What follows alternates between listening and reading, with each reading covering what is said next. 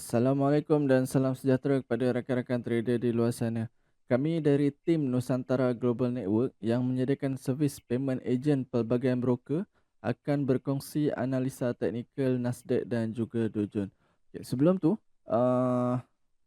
kawan-kawan boleh follow semua platform media rasmi Nusantara Global Network untuk mengetahui update terkini berkenaan dengan kontes, promosi bonus dan juga rebate sehingga 35 US. Kita terus kepada chart.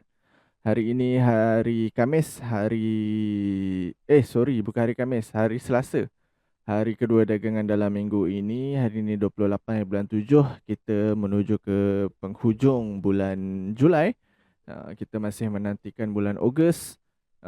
Yang mana kalau kita tengok pergerakan harga untuk Nasdaq, kalau kita nak recap balik analisa lepas, dua instrumen yang kita selalu tengok iaitu Nasdaq dan juga Dow Jones, kita target kita nak buy pada paras harga yang ini.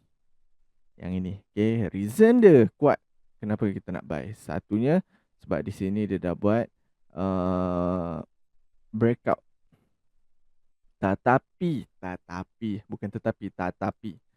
Tetapi apa yang dia buat adalah dia tak break ini. Dia tak break new high. So dia tak break new high, price masuk cucuk dalam zone, kemudian dia naik.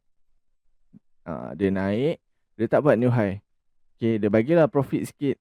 Dia bagi profit asalnya 100 pip lebih ni, 28892, 29096, masuk lebih kurang dalam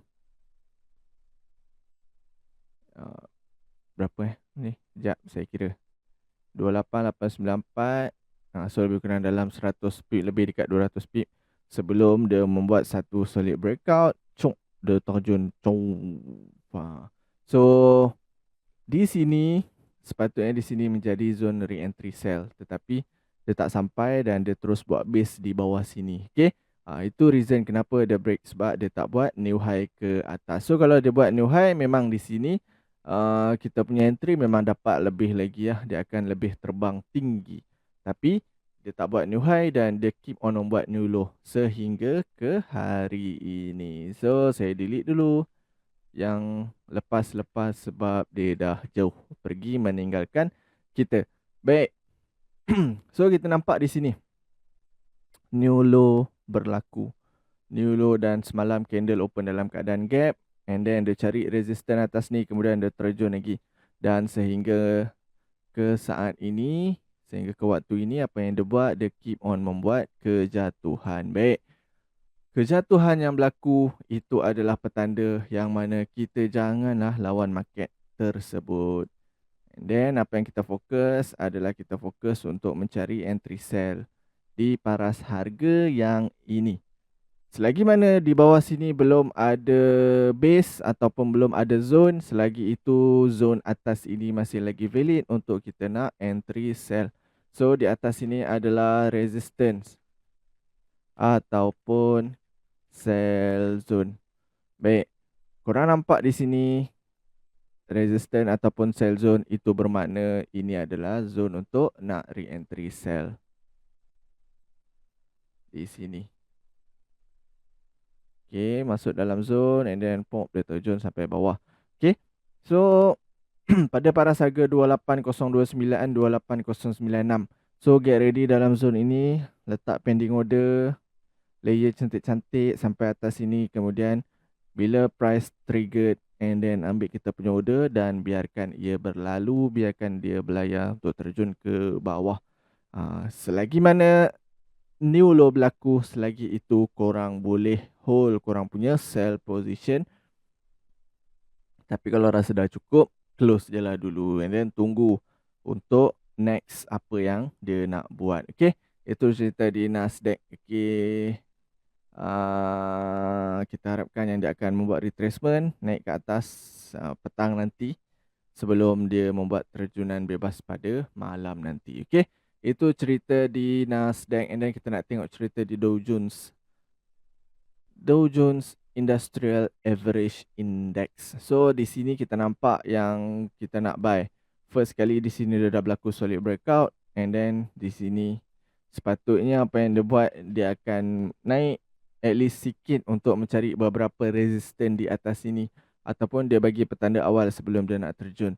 Tetapi dia tak buat, dia terus membuat breakout di time frame H1 dan seterusnya dia keep on terjun sampai dia datang balik zone ini untuk dia membuat re-entry buy di sini. So dia turun membuat retracement di zone ini, kemudian dia terus keep on membuat kenaikan dan hari ni dia tutup gap, bukan hari ni, semalam dia tutup gap.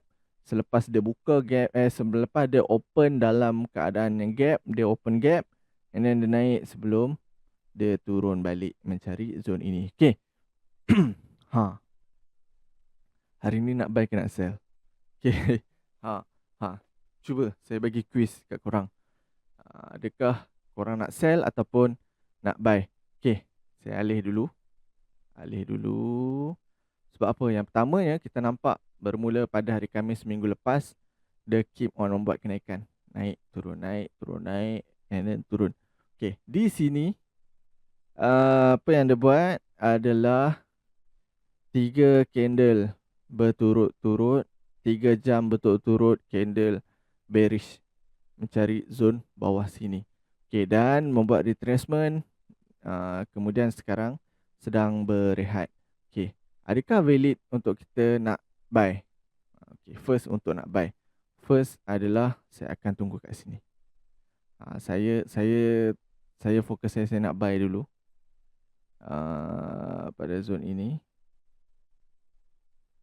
Okay, at least dia akan cari balik zone resistance di sini. Okay, di sini. Cuma kena hati-hati ya. Kemungkinan untuk dia nak tembus itu agak tinggi. Kemudian mungkin dia akan singgah je. Dia akan singgah cucuk and then dia cari balik zone resistance yang ada di sini.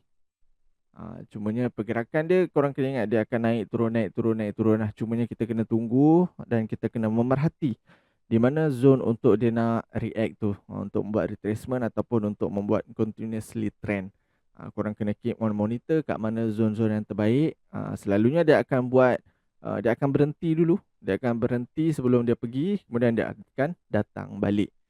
So di sini dia terhenti dan saya sebenarnya menjangkakan yang dia akan naik lagi untuk Dow Jones. Okay, so tunggu je pada paras harga 52006, 52054. So get ready dalam zone ini. Layer setiap 3 ke 5 pip. Jangan layer dekat-dekat. Layer pada lot yang paling kecil yang boleh, sama ada 0.01 ataupun 0.010. Depends pada broker. Okay.